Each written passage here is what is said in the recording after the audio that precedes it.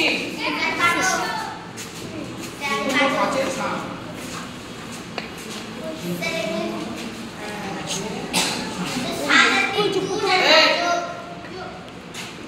পুরো বোঝা যাচ্ছে? দেখো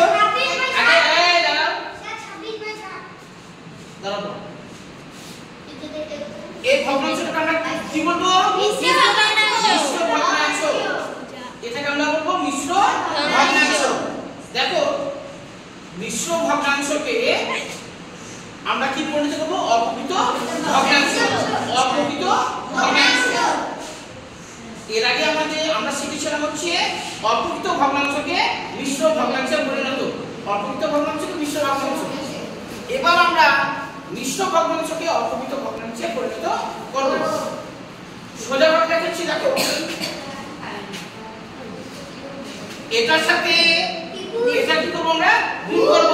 সোজা ভাষা 3 সাথে 21 যা বেরোবে আমরা এটা যোগ করে দেব।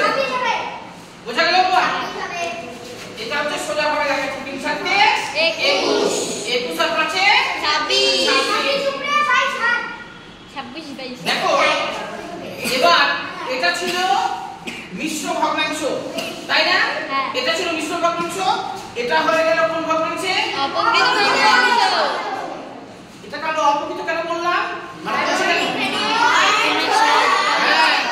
হর ছোট বড়। বোঝা গেছে? এটা হয়ে গেল আমাদের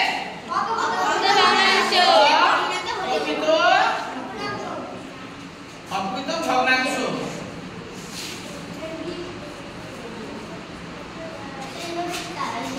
বোঝা গেল? এবার দেখো এটাকে আরো সহজ ভাবে বোঝাচ্ছি তোমাদেরকে। 7 গুণ 3 যোগ 5, ঠিক আছে? দেখবে 26ই আসবে, ঠিক আছে? 3 সাথে কত? 21 যোগ 5 কত হবে? 26 হয়েছে। হ্যাঁ, এটা তোমাদেরকে আমি এভাবে কেন দেখালাম? আমরা যদি এইভাবে করি সেক্ষেত্রে কোনো ক্ষতি নেই। আমরা এইভাবে আলাদা যদি দেখতে চাই যে আমাদের অঙ্কটা সঠিক হচ্ছে কিনা, এভাবে আমরা চেক করে নিতে পারবো। সাথের সঙ্গে আমরা কি করলাম? 3 করলাম। 3 সাথে 21 পেয়েছি।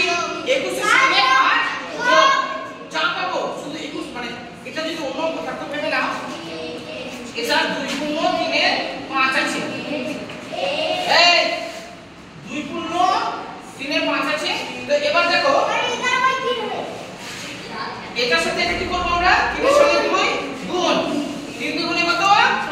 6। 6 এর 5 এ 11 বাই 3। বোঝা গেল? শেষই বোঝা গেছে? এবার এই সহজ মনে হচ্ছে তো? মনিকা হ্যাঁ হ্যাঁ, নিচে উত্তর দিয়ে যদি তো মনে হয়, ঠিক আছে? উত্তর লিখলে অপ্রকৃত ভগ্নাংশ হলো, ঠিক আছে? কারো বুঝতে কোনো অসুবিধা কিছু?